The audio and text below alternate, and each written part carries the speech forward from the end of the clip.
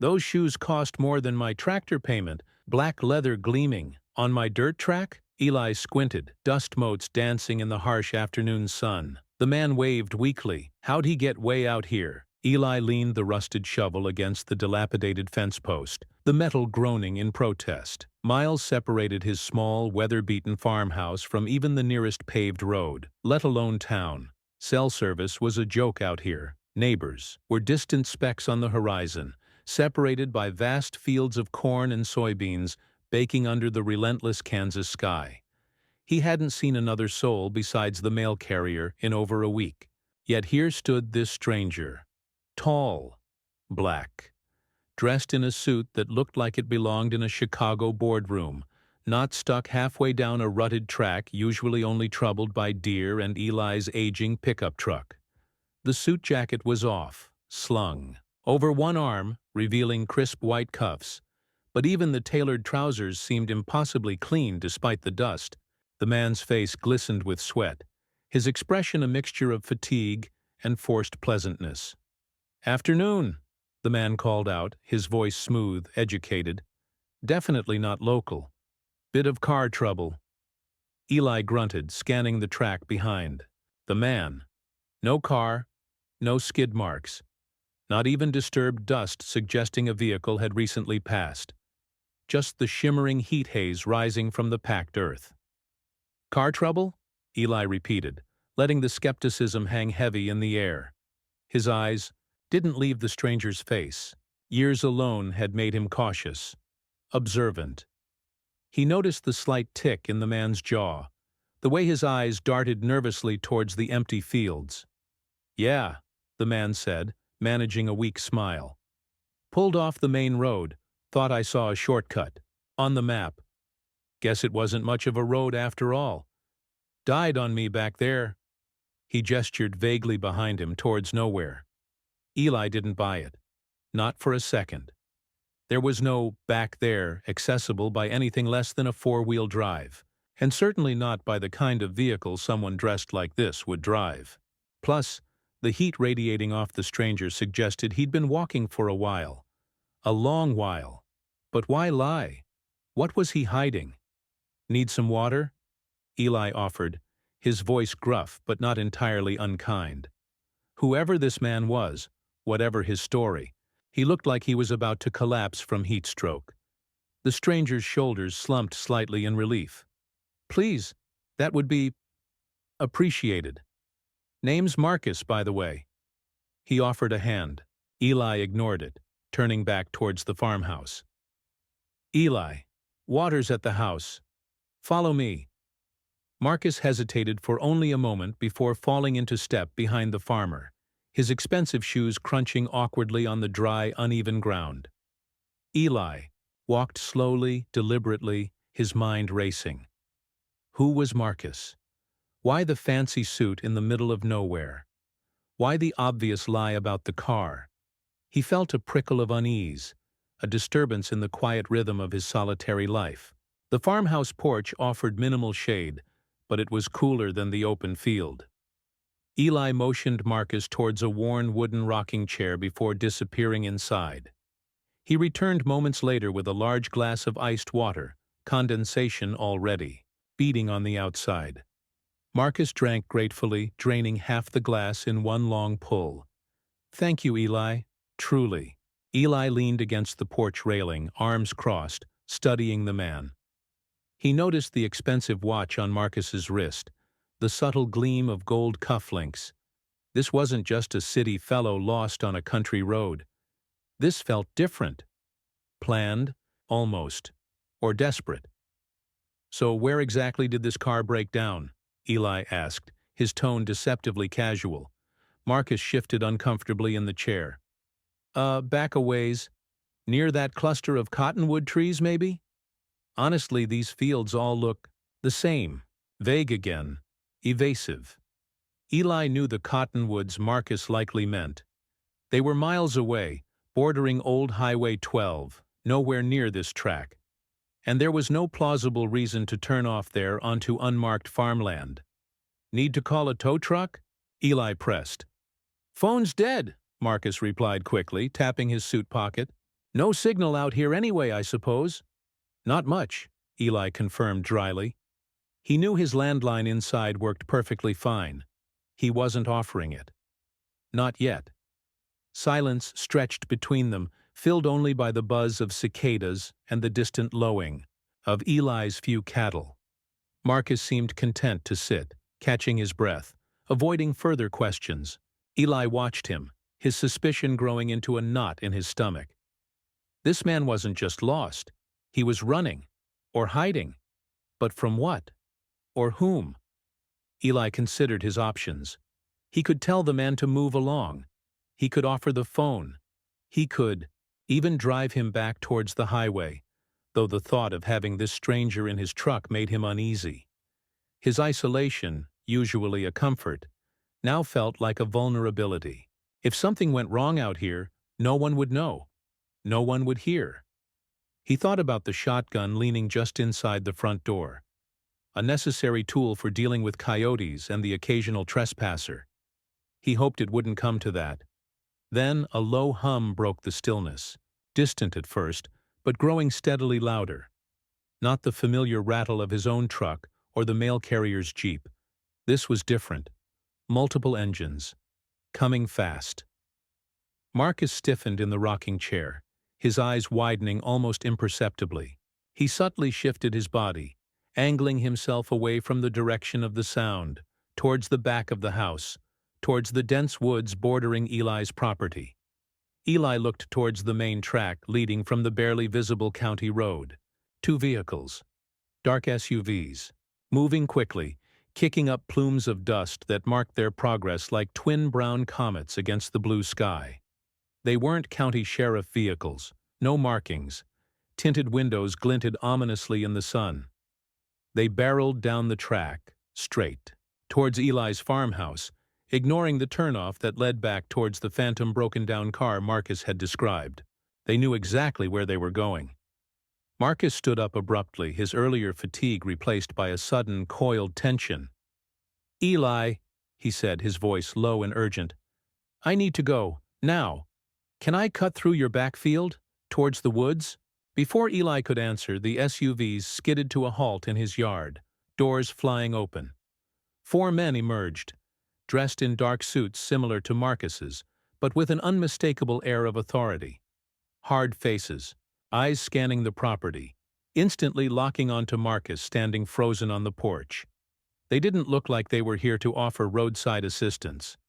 One man, clearly the leader, stepped forward. He didn't look at Eli. His focus was entirely on Marcus. "Marcus Kane," the lead agent said, his voice flat, devoid of emotion. "You need to come with us." Marcus didn't respond. His gaze flickered towards Eli, a silent, desperate plea in his eyes. What had Eli stumbled into? This wasn't just a lost traveler.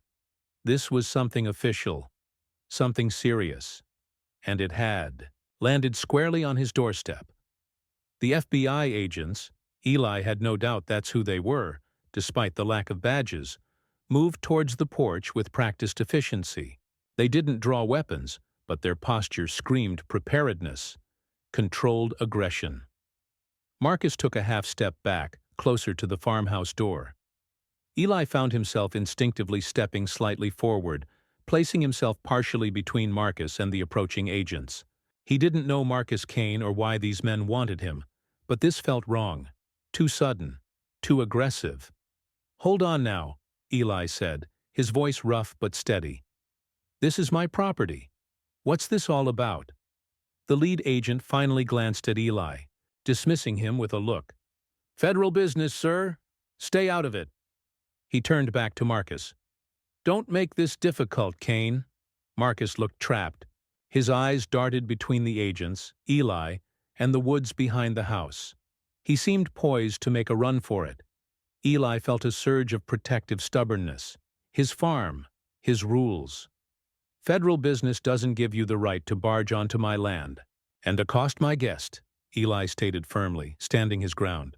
He wasn't intimidated easily. He'd faced down tornadoes and droughts. Men in suits didn't scare him, badge or no badge.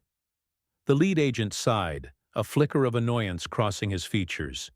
He subtly signaled to one of his men who smoothly moved to flank Marcus, cutting off his potential escape route towards the back field. "Mr. Kane is a person of interest in an ongoing investigation," the agent said, his tone hardening. He failed to appear for questioning. "We're merely escorting him." "Escorting?" It looked more like an apprehension. Marcus scoffed bitterly. "Escorting? Is that what you call it now, Agent Thorne?"